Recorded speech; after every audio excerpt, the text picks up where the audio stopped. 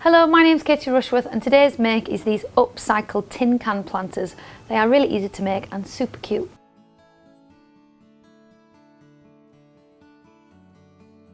The tools that you will need for this are tin cans, as many as you would like to do, some primer, spray paint of your choice, some tape, masking tape, a nail, a file, a tin opener and a hammer.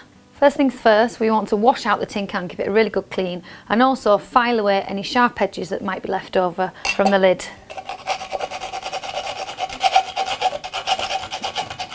Then next we need drainage holes. All plants need drainage, so we're going to put some holes in the bottom using a large nail and a hammer.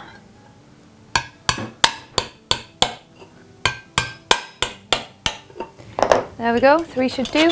Now I've sprayed all my cans white first on the inside and the out, and then the next step is to mask up the areas that you don't want to have the next stage of paint on them. So I'm just going to put stripes on these, and I'm going to use the lines of the can as a guide. I'm going to go all the way around. You can put anything you like. You could put dots on here, you could put stars on. Be creative, it doesn't have to be stripes. That's one.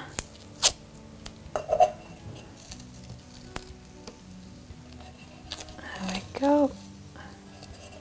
So that's my 2 stripes, and then the next stage is to spray it again with the colour of your choice. So I've chosen this really nice pale blue, and it's time for the big reveal. Now you can peel off the tape, and hopefully, all being well, it will have left underneath it some nice white stripes.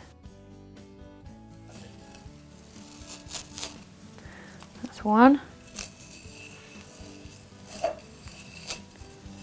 And 2. So now I've got my lovely white stripes, and I'm going to plant those up with some little bedding plants. So here I've got some lovely daisies.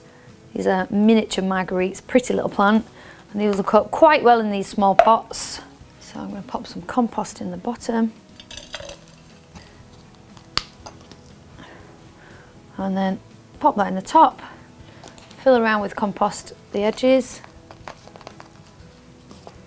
Firm that in, give it a nice little drink, and there we go, it's finished. You can hang these on a wall, they look great in an arrangement or hung on a wall. You can use them as a table centerpiece, or you could even put a bow around them and give them as a gift. They are really easy to make and fully recyclable. For more how-to videos, visit silverlinetools.com.